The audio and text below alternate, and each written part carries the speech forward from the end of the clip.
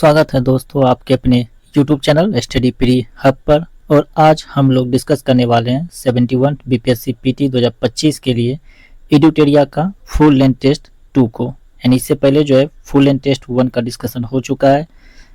अगर आपने full length test 1 नहीं देखा तो आप इस वीडियो के नीचे डिस्क्रिप्शन में लिंक के माध्यम से फुल लेंथ टेस्ट पेपर 1 को देख सकते हैं। साथ ही साथ इसका PDF हमारे Telegram channel study pre hub पर मिल जाएगा, जिससे आप टेलीग्राम चैनल से जुड़कर PDF प्राप्त कर सकते हैं। और अगर बिहार एसआई की तैयारी कर रहे हैं तो एडुटेरिया का बिहार एसआई प्रैक्टिस सेट का भी लिंक आपको इस वीडियो के नीचे डिस्क्रिप्शन में मिल जाएगा, या फिर हमारे YouTube channel study pre hub के प्लेलिस्ट में जाके आप बिहार एसआई एडुटेरिया का प्रैक्टिस सेट देख सकते हैं। तो चलिए आज हम लोग डिस्कस करने वाले हैं 71 बीपीएससी पीटी के लिए एडुटेरिया का फुल लेंथ टेस्ट पेपर 2। तो आपसे निवेदन है इस वीडियो सीरीज को अंत तक जरूर देखें, एक लाइक जरूर करें। अगर चैनल पर नया है तो चैनल को सब्सक्राइब कर लें, बेल आइकन दबा लें ताकि सबसे पहले जो वीडियो का नोटिफिकेशन आप तक मिलता रहे। तो चलिए शुरुआत करते हैं और देखते हैं question number first. Question number first है सत्यमेव जयते किस उपनिषद से लिया गया है। तो सत्यमेव जो जयते ये शब्द जो है ये लिया गया मुंडकोपनिषद से, यानी ऑप्शन डी इसका राइट आंसर हो जाएगा। कठोपनिषद में यम प्लस में नचिकेता, किसके बीच? तो यम और नचिकेता के बीच का संवाद है। ठीक है, चलिए नेक्स्ट क्वेश्चन देखते हैं। Question number 2। क्वेश्चन नंबर 2 है किस बौद्ध संगीति में बौद्ध धर्म 2 संप्रदायों में विभाजित हुआ था। तो किस बौद्ध संगीति में बौद्ध धर्म 2 संप्रदायों में विभाजित हुआ था? एक था हीनयान, कौन सा था? हीनयान। एक था महायान। ये 2 संप्रदायों में विभाजित हुआ था। तो इसका राइट आंसर हो जाएगा ऑप्शन नंबर डी चौथा बौद्ध संगति में हुआ था, जो कि प्रथम शताब्दी में हुआ था। और शासनकाल किसका था? तो शासनकाल था कनिष्क का। ठीक है, और इसके अध्यक्ष कौन थे? तो अध्यक्ष थे वसुमित्र। अगर बात करते पहला, तो ये हुआ था राजगिरी में। कहाँ हुआ था? तो राजगिरी में हुआ था अजात शत्रु के समय में 483 ईसा पूर्व में, यानी महात्मा बुद्ध के परिनिर्माण के कुछ सप्ताह के बाद। ठीक है, और अध्यक्षता कौन किया था? तो महाकश्यप ने। दूसरा हुआ था वैशाली में कलाशोक के समय में 383 ईसा पूर्व में, इसकी अध्यक्षता किया था सबा कमी ने। और तीसरा जो है ये हुआ था पाटलिपुत्र में अशोक के समय में 251 ईसा पूर्व। ठीक है, कब? तो 251 ईसा पूर्व में। और मोगलीपुत्र ने इसका क्या किया था? तो इसका अध्यक्षता किया था। ठीक है, तभी इसका राइट आंसर हो जाएगा ऑप्शन नंबर डी चौथा बौद्ध संगति कनिष्क के समय में हुआ था कुंडलवन कश्मीर में। नेक्स्ट क्वेश्चन देखते हैं। Question number 3। क्वेश्चन नंबर 3 है हड़प्पा के किस स्थल से खेल के मैदान के साक्ष्य मिले हैं। तो हड़प्पा में किस स्थल से खेल के मैदान के साक्ष्य मिले हैं? तो ये मिला है घोलावीरा से। कहाँ से? तो घोलावीरा से, जिसे सफेद कुआं भी कहा जाता है। घोलावीरा किसको? सफेद कुआं भी कहा जाता है घोलावीरा को। ठीक है, रोपर से क्या मिला था? तांबे का कुल्हाड़ी।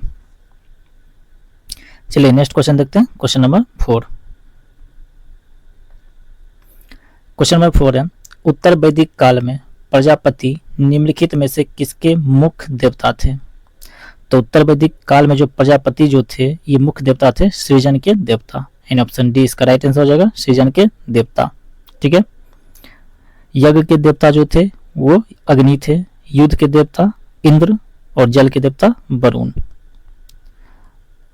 युद्ध के देवता इंद्र को क्या कहा जाता था? पुरंदर, यानी किला को तोड़ने वाला। और यज्ञ के देवता कौन थे? तो अग्नि। ठीक है, नेक्स्ट क्वेश्चन देखते हैं। Question number 5। क्वेश्चन नंबर 5 है गुप्त काल में सर्वाधिक अभिलेख किस शासक के मिलते हैं।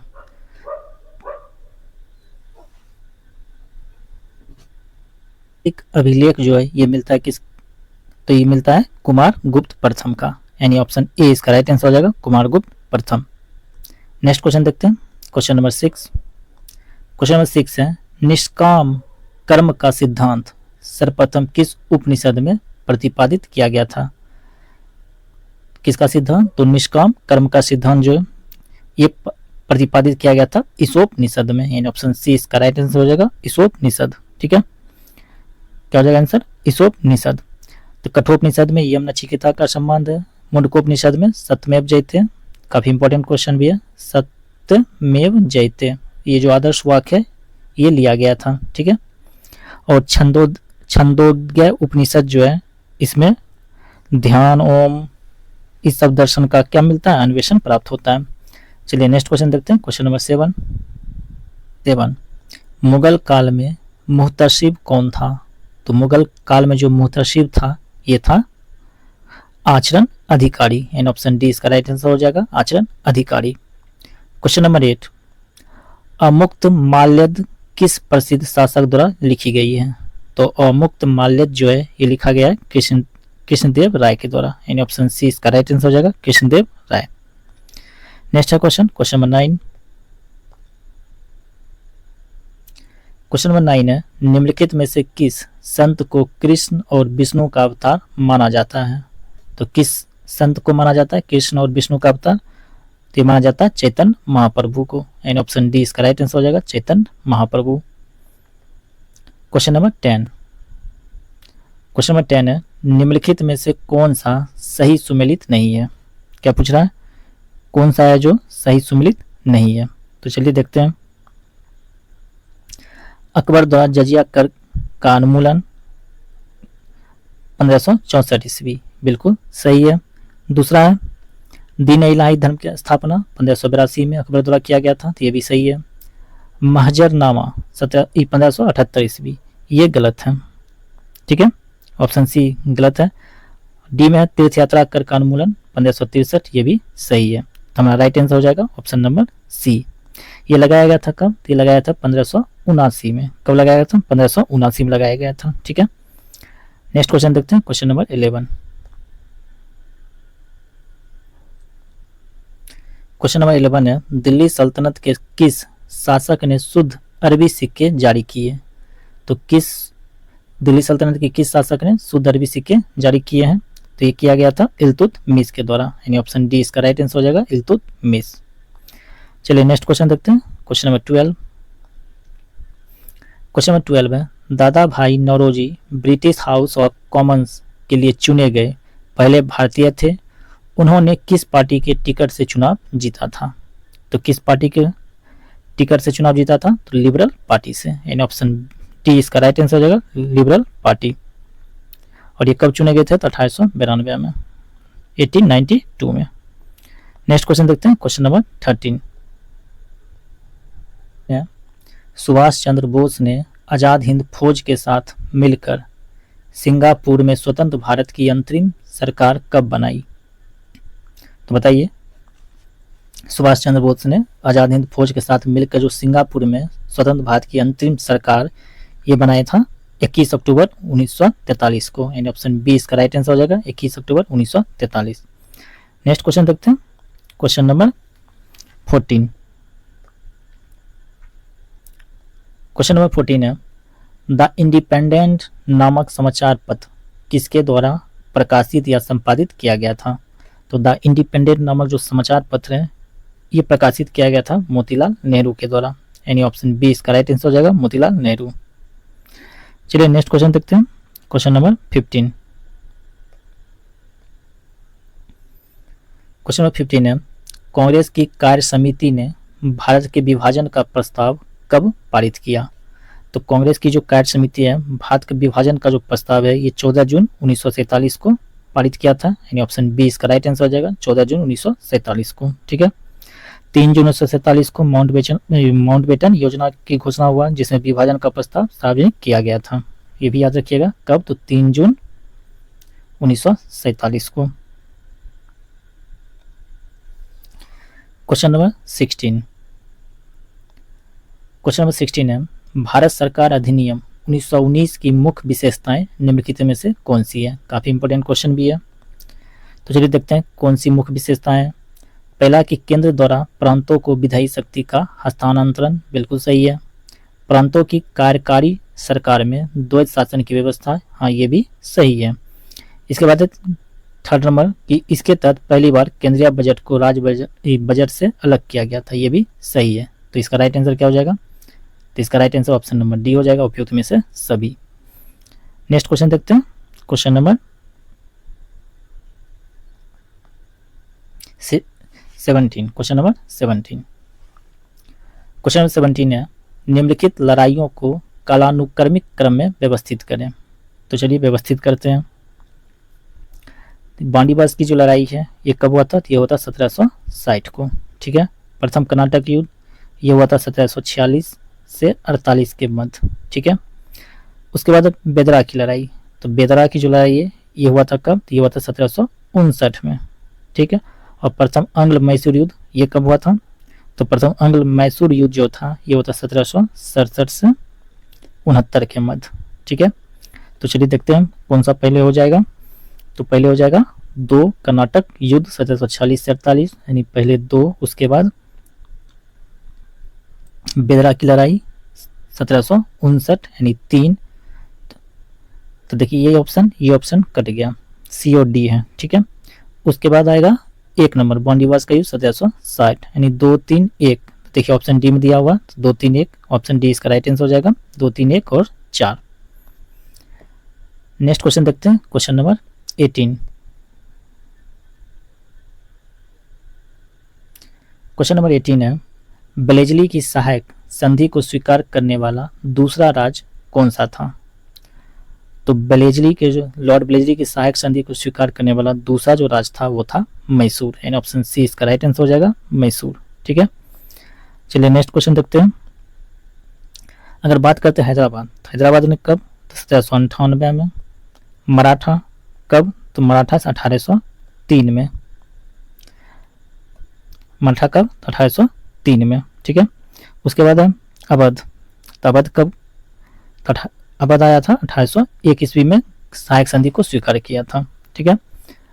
और मैसूर जो है ये 1799 में सहायक संधि को स्वीकार किया था, यानी ऑप्शन सी इसका राइट आंसर हो जाएगा, मैसूर। नेक्स्ट क्वेश्चन देखते हैं, क्वेश्चन नंबर 19। क्वेश्चन नंबर 19 है, निम्नलिखित का सही मिलान करें। तो चलिए मिलान करते हैं।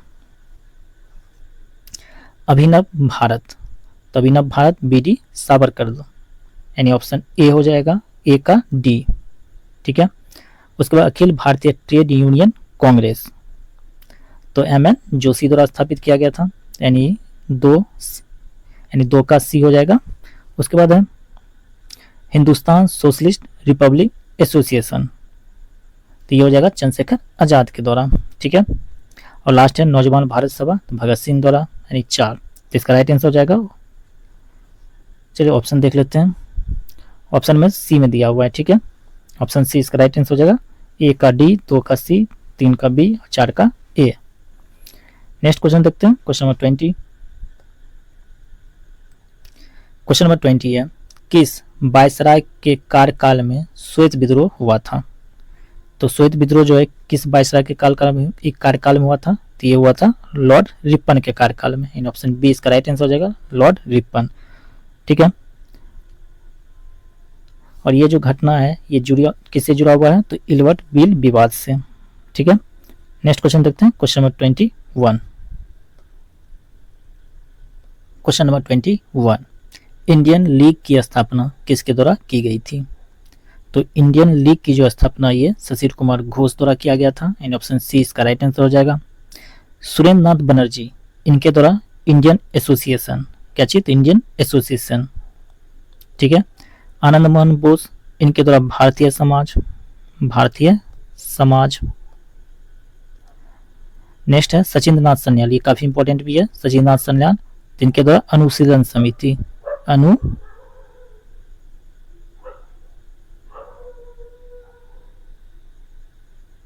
समिति की स्थापना की गई थी। कहाँ पे? तो अनुशीलन समिति का स्थापना तो पटना में। ठीक है। क्वेश्चन नंबर 22 देखते हैं। क्वेश्चन नंबर 22 है, भारतीय राष्ट्रीय कांग्रेस के किस अधिवेशन में सांप्रदायिक प्रतिनिधित्व की मांग स्वीकार की गई?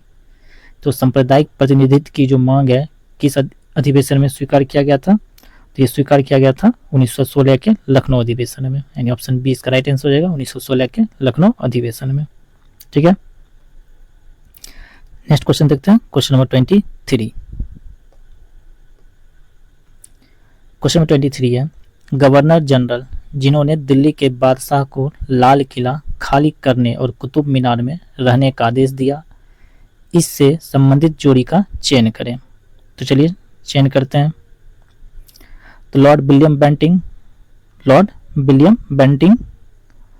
शाह आलम द्वितीय, लॉर्ड कैनिंग बहादुर शाह द्वितीय, लॉर्ड डलहौजी फर्रुखसियर दिया हुआ है, ठीक है, लॉर्ड डलहौजी बहादुर शाह द्वितीय।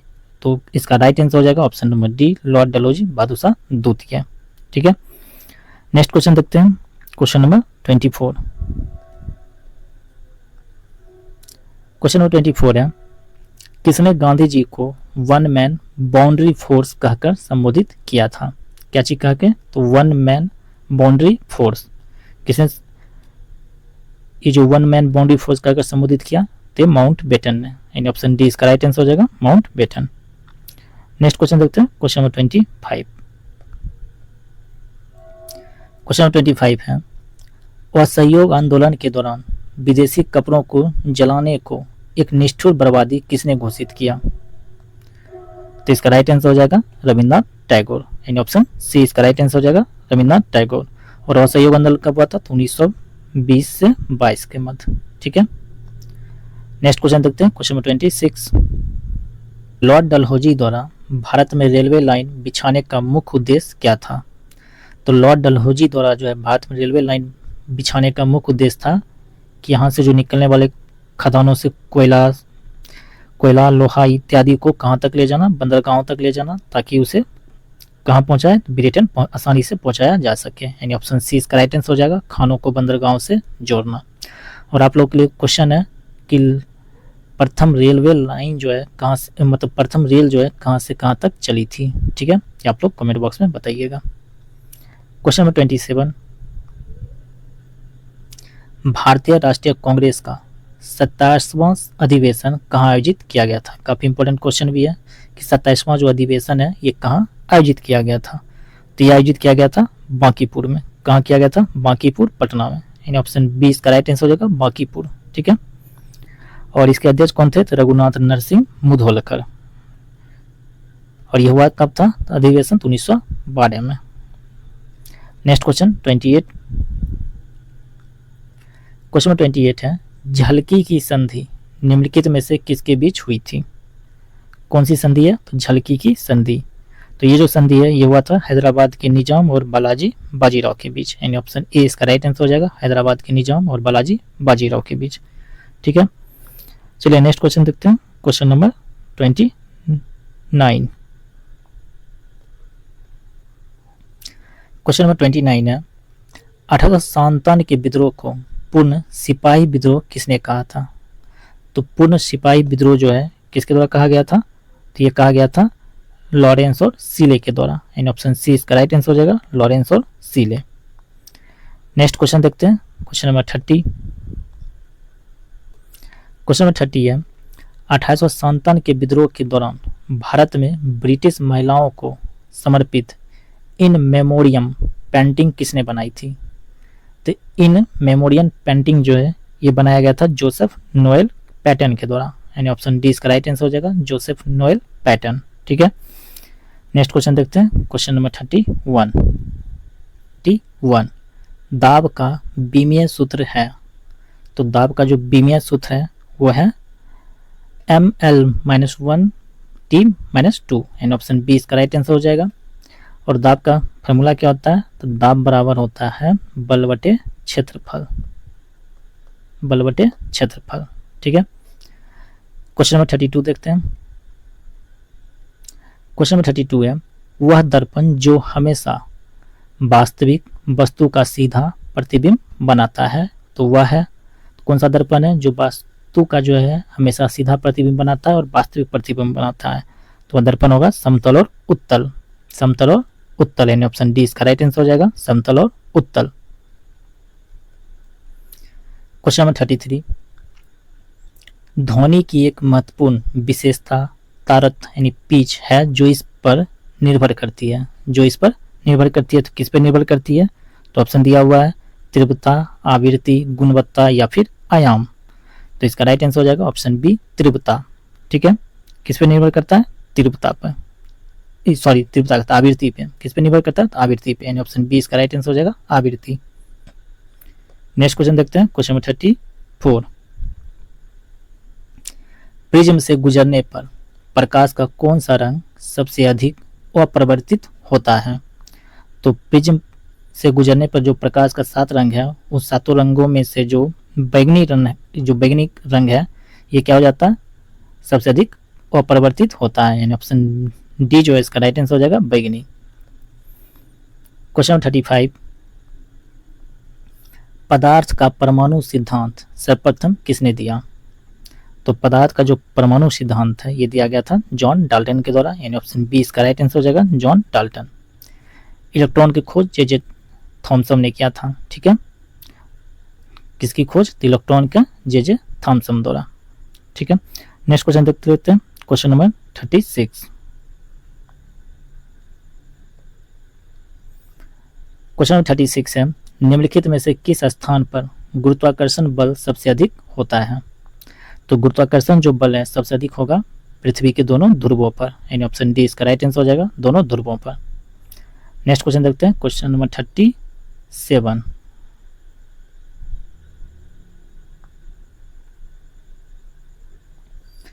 क्वेश्चन 37 है, यदि 100 वाट का बल्ब 10 घंटे जलाया जाए तो कितनी यूनिट विद्युत ऊर्जा खर्च होगी?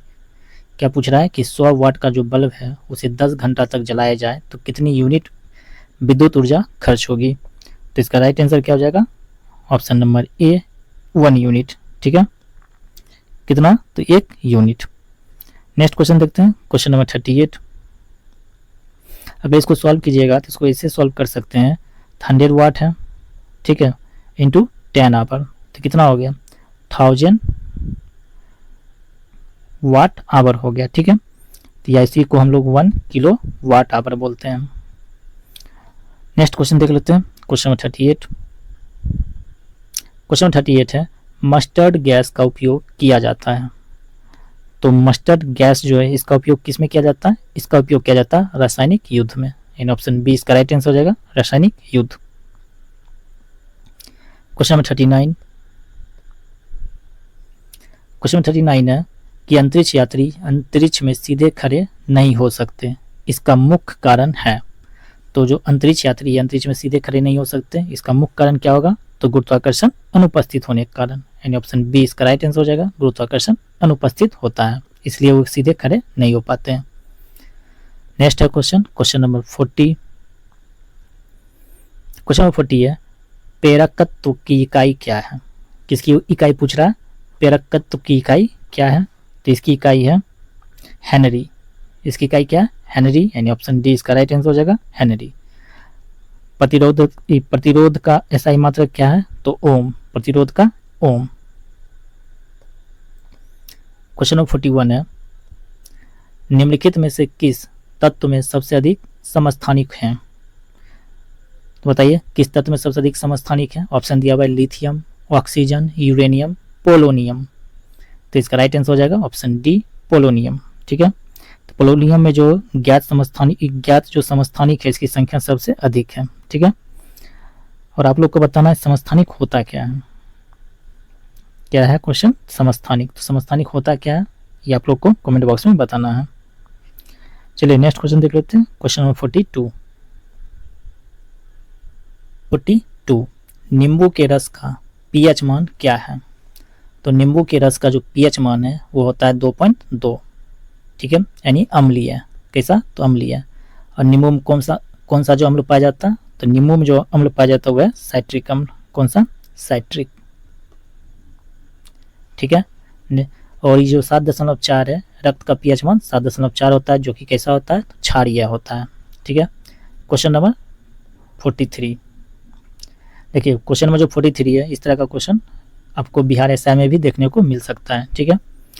गैसोहोल मिश्रण है। क्या पूछ रहा है? गैसोहोल जो है किसका मिश्रण है? तो ये पेट्रोल और अल्कोहल का मिश्रण होता है।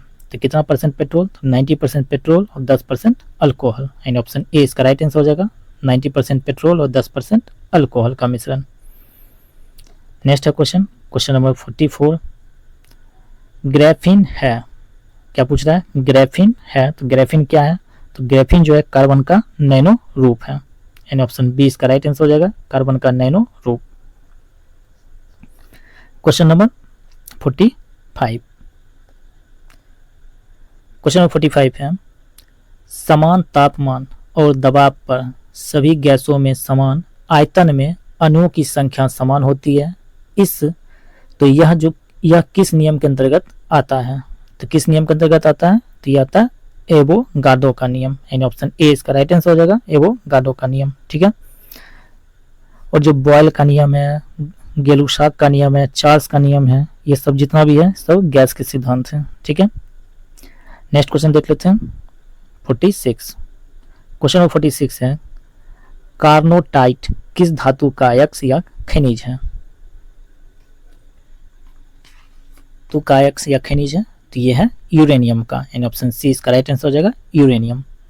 चलिए नेक्स्ट क्वेश्चन देखते हैं, क्वेश्चन नंबर 47। क्वेश्चन नंबर 47 काफी इंपॉर्टेंट क्वेश्चन भी है और इस तरह का प्रश्न जो है आपको कंफ्यूज भी कर सकता है। क्या करा? एल्काइन का अणुसूत्र है। तो आप लोग क्या कीजिए, तो इसका जो इंग्लिश क्वेश्चन होगा उसको देख के तब इसको सॉल्व किया कीजिए। एल्काइन का जो अणुसूत्र है ये क्या होता है? CnH2n-2। क्या होता है? CnH2n-2। तो ऑप्शन सी इसका राइट आंसर हो जाएगा। एल्केन का होता है ये जो CnH2n+2 जो है ये एल्केन का, किसका? एल्केन का। ठीक है। उसके बाद एक होता है एल्कीन जिसमें ENE लगता है, उसका सूत्र होता है CnH2n। चलिए नेक्स्ट क्वेश्चन देखते हैं 48। क्वेश्चन 48 है आभूषणों को धोने यानी साफ करने के लिए निम्नलिखित में से किस मिश्रण का उपयोग किया जाता है? तो आभूषणों को धोने के लिए जो मिश्रण यूज किया जाता है उसको कहते हैं एक्वा रेजिया, यानी ऑप्शन सी इसका राइट आंसर हो जाएगा, एक्वा रेजिया। इसमें क्या होता है? हाइड्रोक्लोरिक अम्ल और नाइट्रिक एसिड दोनों का मिश्रण होता है। ठीक है। 1:3 में, 1:3 में 3 भाग HCl होता है, 1 भाग HNO3 जिसको हम लोग नाइट्रिक एसिड कहते हैं, यानी 3 भाग HCl 1 भाग HNO3 nitric acid. Next question देखते हैं, क्वेश्चन 49। किसी तत्व को पीटकर पतली चादर बनाई जाती है, वह तत्व होगा? बताइए। ऑप्शन दिया हुआ है धातु, अधातु, उपधातु, धातु और अधातु। तो इसका आंसर जो है आप लोग कमेंट बॉक्स में जरूर दीजिएगा। किसी भी तत्व को जो पीटकर पतली चादर बनाई जाती है तो वह तत्व का गुण कैसा होगा? धातु होगा या अधातु होगा या फिर उपधातु होगा? तो इसका कमेंट बॉक्स में आप लोग आंसर जरूर दीजिएगा। Question number 50। क्वेश्चन नंबर 50 है कोलाइडल विलयनों का शुद्धिकरण निम्नलिखित में से किस विधि से नहीं किया जा सकता? क्या पूछ रहा है? कोलाइडल विलयनों का जो शुद्धिकरण है किस विधि से नहीं किया जा सकता है? ऑप्शन दिया हुआ है इलेक्ट्रोडायलिसिस, ऑप्शन बी है डायलिसिस, ऑप्शन सी है सूक्ष्म निस्पंदन और ऑप्शन डी है इलेक्ट्रोलिसिस। तो इसका राइट आंसर क्या हो जाएगा? तो इसका राइट आंसर हो जाएगा ऑप्शन नंबर डी, इलेक्ट्रोलिसिस के द्वारा नहीं किया जा सकता है। ठीक है। नेक्स्ट क्वेश्चन देख लेते हैं, क्वेश्चन नंबर 51। क्वेश्चन नंबर 51 है यादाश्त का संबंध मस्तिष्क के निम्न में से किस भाग से है? तो यादाश्त का जो संबंध है मस्तिष्क का भाग जो है उसको हम लोग सेरेब्रम कहते हैं, यानी ऑप्शन डी इसका राइट आंसर हो जाएगा, सेरेब्रम। ठीक है। हाइपोथैलेमस क्या करता है? तो हाइपोथैलेमस के अंतर्गत होता है शरीर में क्या क्या चीज? तो हाइपोथैलेमस में भूख, प्यास, नींद और शरीर के तापमान, इस सब को कंट्रोल कौन करेगा? हाइपोथैलेमस। ठीक है। स्पाइनल कॉर्ड क्या करेगा? तो ये स्पाइनल कॉर्ड केंद्रीय तंत्रिका तंत्र का हिस्सा होता है। मुख्य रूप से प्रतिवर्ती क्रियाएं जितने भी होती है उसको मस्तिष्क और शरीर के बीच ट्रांसफर करता है। उसके बाद सेरिबेलम ये क्या करता है? तो सेरिबेलम जो ऐच्छिक क्रियाएं होता है उसका संतुलन करता है। नेक्स्ट क्वेश्चन देखते हैं, क्वेश्चन नंबर 52। सूची 1 को सूची 2 से सुमिलित कीजिए। क्या करने के लिए कह रहा है? सूची 1 को सूची 2 से सुमिलित करें। सूची 1 में विटामिन का नाम है, सूची 2 में इसकी कमी से होने वाले कारक। तो विटामिन B7 इसे बायोटीन कहा जाता है। क्या कहा जाता है? बायोटीन। तो बालों का झड़ना इससे संबंधित है, यानी ऑप्शन ए का 3। ठीक है। COD cancel. तो चलिए ए का 3 है। उसको विटामिन B12 इसे कहते हैं हम लोग कोबालामीन। इसके कारण क्या होता है? तो कोबालामीन इसके कारण होता है प्रांसी औरकता होना, ठीक है, प्रांसी औरकता होना। विटामिन ई जो है ये है किसके, तो बांझपन उत्पन्न होना, और इस कमी से और विटामिन के की कमी से रक्त के थक्का जमना। तो इसका सही आंसर क्या हो जाएगा, इसका सही आंसर ऑप्शन नंबर ए हो जाएगा। इसका स्क्रीनशॉट भी ले सकते हैं। चलिए नेक्स्ट क्वेश्चन देखते हैं 53। क्वेश्चन नंबर 53 है, एड्स के लिए निम्नलिखित में से कौन सा परीक्षण किया जाता है। तो एड्स बीमारी के लिए कौन सा परीक्षण किया जाता है, तो सबसे पहले एड्स जान लेते हैं, acquired immuno deficiency syndrome. Ads acquired immuno deficiency syndrome, और एक HIV प्लस, इसका पहचान क्या है, HIV प्लस के द्वारा, ठीक है, ह्यूमन इम्यूनो वायरस के द्वारा होता है। तो अब इसमें पूछ रहा है कि इसके लिए कौन सा परीक्षण किया जाता है। तो एड्स के पहचान के लिए परीक्षण जो किया जाता है वो किया जाता है PCR, उसके बाद CD4 और एलिसा, और कौन सा, एलिसा, यानी 1, 3 और 4। चलिए ऑप्शन देख लेते हैं। तो ऑप्शन नंबर डी में दिया हुआ है 1, 3 और 4। Question number 54। क्वेश्चन नंबर 54 में निम्नलिखित का मिलान करें। एक तरफ रोगों के नाम है, दूसरी तरफ जीवाणुओं के नाम है। तो चलिए मिलान करते हैं।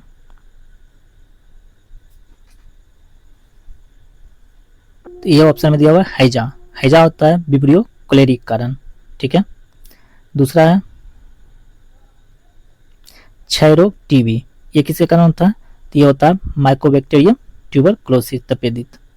तीसरा है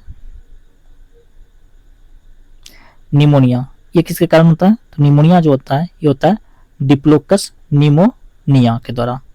और लास्ट है टिटनेस, तो ये किसके कारण होता है, तो टिटनेस जो है ये होता है क्लस्ट्रीडियम टेटनी के द्वारा। किसके द्वारा, क्लस्ट्रीडियम टेटनी के द्वारा, यानी इसका राइट आंसर हो जाएगा option number A.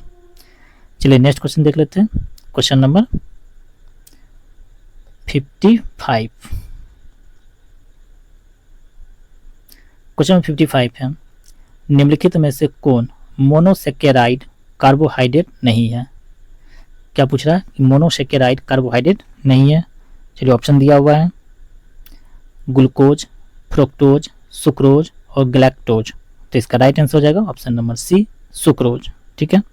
Glucose, fructose और गैलेक्टोज जो है सभी मोनोसेकेराइड है, जो कार्बोहाइड्रेट का सबसे सरल रूप होता है। नेक्स्ट क्वेश्चन देख लेते हैं 56।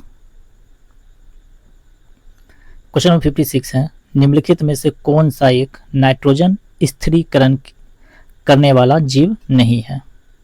क्या पूछ रहा है, नाइट्रोजन को स्थिरीकरण करने वाला जीव इसमें से कौन सा नहीं है। तो ऑप्शन दिया हुआ है नोस्टॉक, ऑप्शन बी एनावेना, ऑप्शन सी है एजोक्टोबैक्टर और ऑप्शन डी है माइकोराइजा। तो इसका राइट आंसर क्या हो जाएगा, ऑप्शन डी माइकोराइजा, ठीक है। नेक्स्ट क्वेश्चन देख लेते हैं 57। क्वेश्चन नंबर 57 है, आर्कियोप्टेरिक्स निम्नलिखित में से किसके बीच का एक संक्रमणकालीन रूप था। क्या पूछ रहा है, आर्कियोप्टेरिक्स जो है किसके बीच का एक संक्रमणकालीन रूप था। तो ये जो था ये था सरीसृप और पक्षी वर्ग के बीच का, इन ऑप्शन बी इसका ऑप्शन ए इसका राइट आंसर हो जाएगा, सरीसृप और पक्षी वर्ग। नेक्स्ट क्वेश्चन है क्वेश्चन नंबर 58। क्वेश्चन नंबर 58 है, निम्नलिखित में से कौन सा वनस्पति पादप जगत का सबसे बड़ा समूह है। काफी इंपॉर्टेंट क्वेश्चन भी है। तो पादप जगत का जो सबसे बड़ा समूह है वो है थाइलोफाइटा, यानी ऑप्शन ए इसका राइट आंसर हो जाएगा। ब्रायोफाइटा को उभयचर कहा जाता है। क्या कहा जाता है, तो ब्रायोफाइटा को उभयचर, पादप जगत का उभयचर कहा जाता है ब्रायोफाइटा को, ठीक है। चलिए नेक्स्ट क्वेश्चन देख लेते हैं। Question number 59। क्वेश्चन नंबर 59 है, निम्नलिखित में से कौन सा पादप कोशिका का सबसे बड़ा कोशिकांग है। तो पादप कोशिका का जो सबसे बड़ा कोशिकांग है वो है प्लास्टिड, यानी ऑप्शन सी इसका राइट आंसर हो जाएगा। प्लास्टिड, हिंदी में इसको लवक कहते हैं, ठीक है। कितने प्रकार का होता है, 3 प्रकार का लवक होता है। ल्यूकोप्लास्ट, आप लोग तीनों प्रकार का नाम जरूर बताइएगा, ठीक है। बर्नी, ऑबर्नी और हरित लवक, क्लोरोप्लास्ट, कोमोप्लास्ट और ल्यूकोप्लास्ट, तीनों होता है। और आपको बताना है कि कौन सा जो लवक है फोटोसिंथेसिस में प्रयुक्त होता है, यानी पेड़ पौधा का प्रकाश संश्लेषण के लिए कौन सा लवक जो होता है प्रयुक्त होता है। ठीक है, नेक्स्ट क्वेश्चन देखते हैं, क्वेश्चन नंबर 60। निम्नलिखित में से कौन सा मौलिक अधिकार केवल भारतीय नागरिकों को ही प्राप्त है। जो चलिए देखते हैं कौन सा मौलिक अधिकार है जो सिर्फ भारतीय नागरिक को प्राप्त है। तो अनुच्छेद 15 में प्रदत्त मौलिक अधिकार। तो अनुच्छेद 15 में क्या है, धर्म, लिंग, जाति या जन्म स्थान के आधार पर भेदभाव का निषेध, बिल्कुल सही है। दूसरा है अनुच्छेद 16, ये भी दिया गया है। अनुच्छेद 19 ये भी दिया गया है, यानी ऑप्शन डी इसका राइट आंसर हो जाएगा, उपयुक्त में से सभी। तो ऑप्शन 16 में क्या है, सार्वजनिक रोजगार के मामले में अवसर की समता। अनुच्छेद 19 में क्या है, वाक्य में अभिव्यक्ति की स्वतंत्रता, भाषण, सभा, आंदोलन आदि की स्वतंत्रता। यानी ऑप्शन डी इसका राइट आंसर हो जाएगा, उपयुक्त में से सभी। क्वेश्चन नंबर 61 है, भारत में पर्यावरण संरक्षण अधिनियम कब पारित किया गया था। तो भारत में जो पर्यावरण संरक्षण अधिनियम है ये 1986 में पारित किया गया था, यानी ऑप्शन सी इसका राइट आंसर हो जाएगा। काफी इंपॉर्टेंट क्वेश्चन भी है। नेक्स्ट है क्वेश्चन 62। क्वेश्चन नंबर 62 है, सर्वोच्च न्यायालय किस क्षेत्राधिकार के अंतर्गत रिट जारी करता है। तो सर्वोच्च न्यायालय जो है किस क्षेत्राधिकार के अंतर्गत रिट जारी करता है, तो ये करता है मूल क्षेत्राधिकार के अंतर्गत, यानी ऑप्शन ए इसका राइट आंसर हो जाएगा, मूल क्षेत्राधिकार। नेक्स्ट क्वेश्चन है क्वेश्चन नंबर 63। भारत के नियंत्रक एवं महालेखा परीक्षक के संदर्भ में निम्नलिखित कथनों पर विचार करें। तो चलिए विचार करते हैं। कथन फर्स्ट है कि इसका कार्यकाल 6 वर्ष या 62 वर्ष की आयु तक होता है। तो ये कथन बिल्कुल गलत है, 65 वर्ष तक की आयु तक होता है। दूसरा है कि राष्ट्रपति की इच्छा पर्यंत पद पर बना रहता है। तो ये भी कथन बिल्कुल गलत है। ठीक है, ये किसके, तो राष्ट्रपति की सेवा शर्तों इसमें कोई भी या किसी भी प्रकार की राष्ट्रपति की अनुमति इसमें नहीं होती। तीसरा है कि इसके वेतन और सेवा की शर्तें राष्ट्रपति द्वारा निर्धारित की जाती है, ये भी गलत है, संसद द्वारा निर्धारित किया जाता है। ठीक है, तो इसका राइट आंसर क्या हो जाएगा, ऑप्शन डी। पूछ रहा था कौन सा कथन गलत है, तो उपरोक्त में से सभी। नेक्स्ट है क्वेश्चन नंबर 64। क्वेश्चन नंबर 64 जो है काफी इंपॉर्टेंट भी है। खुला रक्त परिसंचरण तंत्र पाया जाता है। तो यहाँ रक्त परिसंचरण तंत्र होना चाहिए था, तो खुला परिसंचरण तंत्र पाया जाता है। तो ये पाया जाता है कॉकरोच में, यानी ऑप्शन ए इसका राइट आंसर हो जाएगा।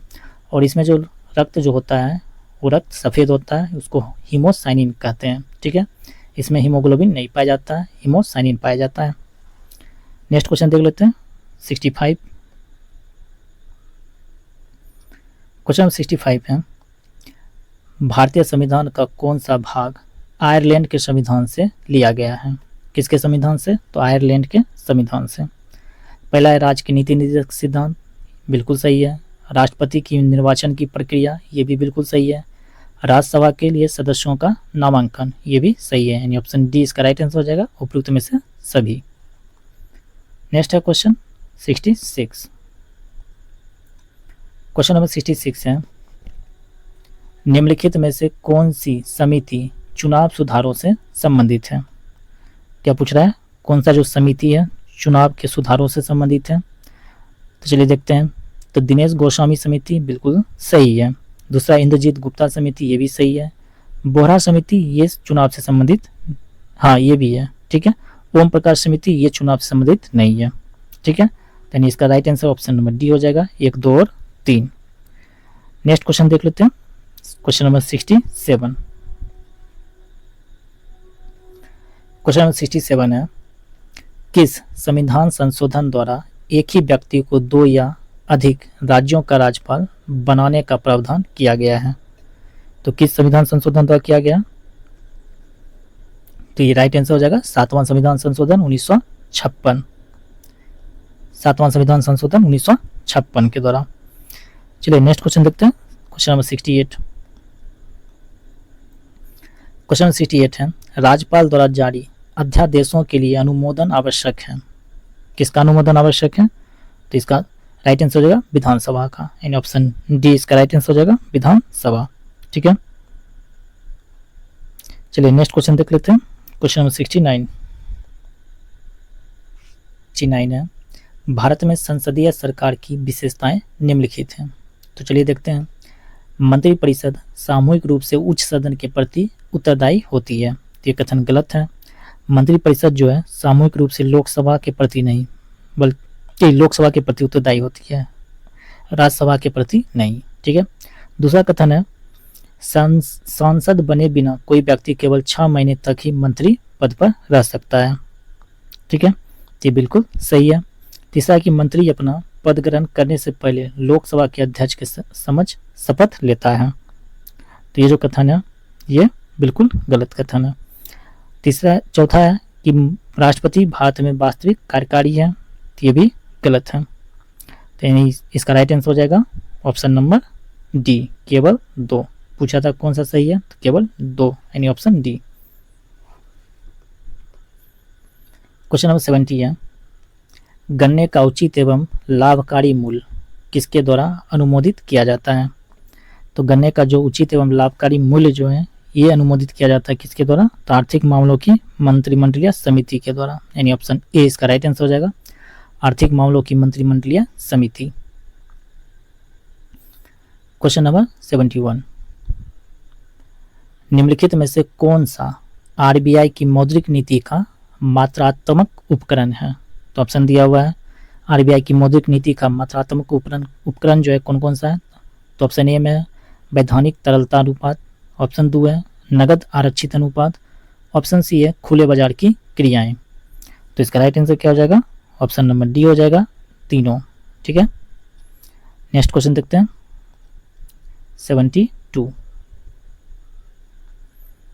क्वेश्चन 72 है किसी सार्वजनिक पद को अवैध अतिक्रमण से बचाने के लिए कौन सी रीट जारी की जाती है।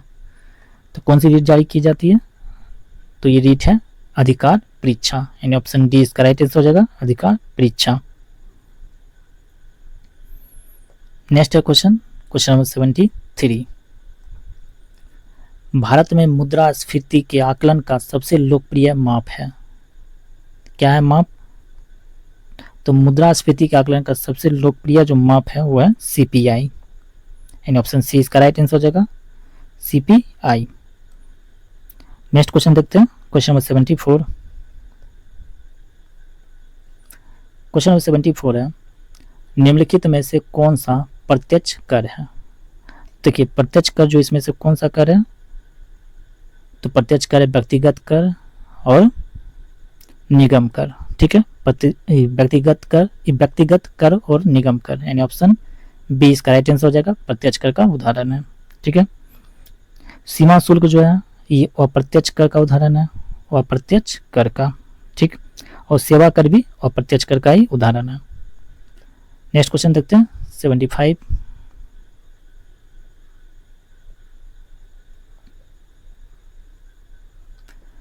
क्वेश्चन 75 है आर.एन. मल्होत्रा समिति किससे संबंधित है। तो आर.एन. मल्होत्रा समिति यही है बीमा क्षेत्र से संबंधित, यानी ऑप्शन सी इसका राइट आंसर हो जाएगा, बीमा क्षेत्र। नेक्स्ट क्वेश्चन देखते हैं 76 वेतन निधि सिद्धांत किसके द्वारा प्रतिपादित किया गया था। तो वेतन निधि सिद्धांत जो है ये प्रतिपादित किया गया था जे.एस. मिल के द्वारा, किसके द्वारा, जे.एस. मिल, यानी ऑप्शन डी इसका राइट आंसर हो जाएगा, जे.एस. मिल। चलिए नेक्स्ट क्वेश्चन देखते हैं 77।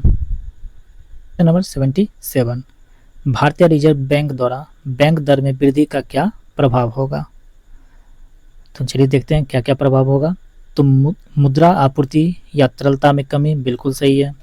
मुद्रा आपूर्ति या तरलता में वृद्धि ये नहीं होगा। ठीक है, बैंकों की साख सृजन क्षमता में कमी, हाँ ये बिल्कुल सही है। बैंकों की साख सृजन क्षमता में वृद्धि ये नहीं, यानी 1 और 3 दोनों होगा, यानी ऑप्शन बी इसका राइट आंसर हो जाएगा, 1 और 3। नेक्स्ट है क्वेश्चन 78 निम्नलिखित में से उत्पादन के 4 प्रमुख कारक कौन से हैं। काफी इंपॉर्टेंट क्वेश्चन भी है, उत्पादन के 4 प्रमुख कारण कौन से हैं। तो उत्पादन के जो 4 प्रमुख कारण है मतलब किसके अनुसार, अर्थशास्त्र के अनुसार, तो भूमि है, श्रम है, पूंजी और उद्यमिता है, यानी ऑप्शन इसका जो है ए राइट आंसर हो जाएगा, भूमि, श्रम, पूंजी और उद्यमिता। नेक्स्ट क्वेश्चन है 79 दुनिया का सबसे बड़ा कोयला निर्यात बंदरगाह न्यू कैसल बंदरगाह किस देश में स्थित है। कौन सा बंदरगाह, न्यू कैसल बंदरगाह किस देश में स्थित है। तो ये स्थित है ऑस्ट्रेलिया में, यानी ऑप्शन बी इसका राइट आंसर हो जाएगा, ऑस्ट्रेलिया। ठीक है। नेक्स्ट क्वेश्चन देखते हैं, क्वेश्चन नंबर 80। क्वेश्चन नंबर 80 है, निम्नलिखित में से कौन सा भारत सरकार की राजकोषीय नीति का उद्देश्य नहीं है? तो राजकोषीय नीति का उद्देश्य नहीं है, तो ऑप्शन दिया हुआ है पूर्ण रोजगार, ऑप्शन बी है मूल्य स्थिरता, ऑप्शन सी है अंतरराज्यीय व्यापार का विनियमन, और ऑप्शन डी है धन और आय का समान वितरण। तो इसका राइट आंसर क्या हो जाएगा? ऑप्शन सी हो जाएगा, अंतरराज्यीय व्यापार का विनियमन। ऑप्शन सी इसका राइट आंसर हो जाएगा। नेक्स्ट है question, question number 81। Question number 81 है, राजस्व घाटे की तुलना में राजकोषीय घाटा हमेशा होगा। तो राजस्व घाटे की तुलना में राजकोषीय घाटा जो है हमेशा क्या होगा? तो हमेशा अधिक होगा। इन ऑप्शन ए इसका राइट आंसर हो जाएगा, अधिक। चलिए नेक्स्ट क्वेश्चन देखते हैं। इसका एक फॉर्मूला भी होता है, राजकोषीय घाटा बराबर क्या होता है? तो राजस्व घाटा प्लस पूंजीगत व्यय, उसमें उधार को छोड़कर। नेक्स्ट है क्वेश्चन, क्वेश्चन 82। थोड़ा सा इसे छोटा कर लेते हैं ताकि आप लोग को दिख सके। 82 है, उत्तर से दक्षिण की ओर नीचे दी गई पहाड़ियों का सही क्रम कौन सा है? क्या पूछ रहा है? उत्तर से दक्षिण की ओर, नीचे दक्षिण, ऊपर की ओर उत्तर। तो चलिए देखिए कौन कौन सा पहाड़ी होगा। तो इसका राइट आंसर होगा ऑप्शन नंबर सी, नल्ला मलाई पहाड़ियाँ, उसके बाद जवादी पहाड़ियाँ, फिर नीलगिरी पहाड़ियाँ, फिर अन्नामलाई पहाड़ियाँ। इन ऑप्शन सी इसका राइट आंसर हो जाएगा। ठीक है। नेक्स्ट है क्वेश्चन 83। क्वेश्चन 83 है, 38वीं समांतर रेखा किन दो देशों के बीच स्थित है? तो 38वीं जो समांतर रेखा है ये स्थित है उत्तर कोरिया और दक्षिण कोरिया के बीच। यानी ऑप्शन ए इसका राइट आंसर हो जाएगा। किसके बीच स्थित है? उत्तर कोरिया और दक्षिण कोरिया के बीच। उसके बाद उत्तरी वियतनाम और दक्षिणी वियतनाम, इसके बीच है 17वीं समांतर रेखा। अमेरिका और कनाडा 49वीं समांतर रेखा, इसके बीच 49वीं। ठीक है। जर्मनी और फ्रांस, इसके बीच है कोई भी प्रकार का रेखा इसके बीच नहीं है। ठीक है। तो ये याद रखिएगा, अमेरिका और कनाडा के बीच 49वां है, उत्तर कोरिया दक्षिण कोरिया के बीच 38वीं। ठीक है। नेक्स्ट क्वेश्चन देखते हैं 84। क्वेश्चन नंबर 84, 3 जनवरी को उपसौर यानी पेरीहेलियन की घटना घटित होती है, तो यह क्या दर्शाता है? तो ये दर्शाता है कि इस दिन पृथ्वी की जो सूर्य से दूरी है वो सबसे कम होती है। यानी ऑप्शन सी इसका राइट आंसर हो जाएगा, इस दिन पृथ्वी की सूर्य से दूरी सबसे कम होती है। ठीक है। नेक्स्ट क्वेश्चन देखते हैं, क्वेश्चन नंबर 85। क्वेश्चन नंबर 85 है, भारत में सबसे बड़े भाग में किस प्रकार का वन पाया जाता है? तो भारत के सबसे बड़े भाग में जो वन पाया जाता है उसको कहते हैं उष्णकटिबंधीय पर्णपाती वन। इन ऑप्शन बी इसका राइट आंसर हो जाएगा, उष्णकटिबंधीय पर्णपाती वन। इसे मानसून वन भी कहा जाता है। ठीक है। चलिए नेक्स्ट क्वेश्चन देख लेते हैं 86। क्वेश्चन नंबर 86 है कि ग्रेनाइट एक अग्नेय चट्टान है और इसका रूपांतरित रूप है। तो ग्रेनाइट का जो रूपांतरित रूप है वो है नीस। एंड ऑप्शन बी इसका राइट आंसर हो जाएगा, नीस। ठीक है। नेक्स्ट क्वेश्चन देखते हैं, क्वेश्चन नंबर 87। क्वेश्चन 87 है, नदियों की वह विसर्प वाहिका जो गोखुर झील के रूप में पाई जाती है क्या कहलाती है? तो विसर्प वाहिका जो गोखुर झील के रूप में पाई जाती है उसे हम लोग कहते हैं चौर। यानी ऑप्शन ए इसका राइट आंसर हो जाएगा, चौर कहा जाता है उसे। ठीक है। नेक्स्ट है क्वेश्चन, क्वेश्चन 88। क्वेश्चन 88 है, निम्नलिखित में से कौन सी खानाबदोश जनजाति नहीं है? क्या पूछ रहा है? खानाबदोश जनजाति जो यहाँ से दूसरे एक स्थान से दूसरे स्थान तक भटकते रहती है, इस प्रकार की जनजाति इसमें से कौन सा नहीं है? तो इसका राइट आंसर हो जाएगा ऑप्शन सी, लेप्चा जनजाति। कौन सा? तो लेप्चा। ठीक है। नेक्स्ट क्वेश्चन देखते हैं, क्वेश्चन नंबर 89। क्वेश्चन 89 है, लंबी रेडियो तरंगे पृथ्वी के वायुमंडल की किस परत से परावर्तित होती हैं? तो लंबी जो रेडियो तरंगे होती है एक वायुमंडल के किस परत से परावर्तित होती है? तो इसका राइट आंसर हो जाएगा ऑप्शन नंबर सी, आयन मंडल से। किससे? आयन मंडल से। ठीक है। नेक्स्ट है question, question number 90। Question number 90 है, परमाणु ऊर्जा संयंत्रों और उनके स्थान के बारे में कौन सा विकल्प सही नहीं है? क्या पूछ रहा है? परमाणु ऊर्जा संयंत्रों और उनके स्थान के बारे में कौन सा जो विकल्प है वो सही नहीं है? तो इसका राइट आंसर जो है ऑप्शन नंबर सी हो जाएगा, काकरापारा कर्नाटक, ये बिल्कुल सही नहीं है। ठीक है, बाकी कोटा राजस्थान सही है, तारापुर महाराष्ट्र ये भी सही है, नरोरा उत्तर प्रदेश ये भी सही है। ठीक है, काकरापारा कर्नाटक में नहीं है। जो काकरापारा ये कहाँ है? गुजरात में स्थित है। कहाँ पे है? तो गुजरात में। चलिए क्वेश्चन नंबर 91 देखते हैं।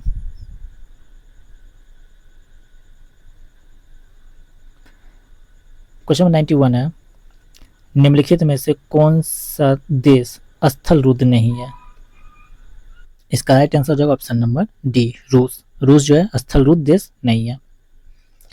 क्वेश्चन नंबर 92 है, सूची 1 और सूची 2 का सही मिलान करें। सूची 1 में शीतोष्ण कटिबंधीय घास का मैदान है, दूसरी तरफ है देश है। ठीक है, चलिए मैच करते हैं।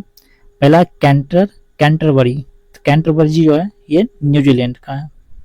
ठीक है, दूसरा है पुस्ताज, तो पुस्ताज जो है हंगरी का है। बेल्ड कहाँ का है? तो बेल्ड जो है दक्षिण अफ्रीका का है, और पंपास अर्जेंटीना का है। तो right answer option number B हो जाएगा, 3, 2, 4, 1। क्वेश्चन 93 है, पर्ल ऑफ साइबेरिया किस झील को कहा जाता है? काफी इंपॉर्टेंट क्वेश्चन भी है कि पर्ल ऑफ साइबेरिया जो है किस झील को कहा जाता है? तो कहा जाता है बैकाल झील को। इन ऑप्शन ए इसका राइट आंसर हो जाएगा, बैकाल झील। नेक्स्ट है क्वेश्चन 94, पूर्वी बिहार को प्रभावित करने वाले नॉर्वेस्टर की उत्पत्ति कहाँ होती है? तो जो नॉर्वेस्टर है इसकी उत्पत्ति जो है ये होती है बंगाल की खाड़ी में। एंड ऑप्शन सी इसका राइट आंसर हो जाएगा, बंगाल की खाड़ी। नेक्स्ट है क्वेश्चन 95, भारत की वैसी नदी जो हिमालय की सभी श्रृंखला को काटती है, तो कौन सी नदी है? तो ये नदी है सतलज। एंड ऑप्शन बी इसका राइट आंसर हो जाएगा, सतलज नदी।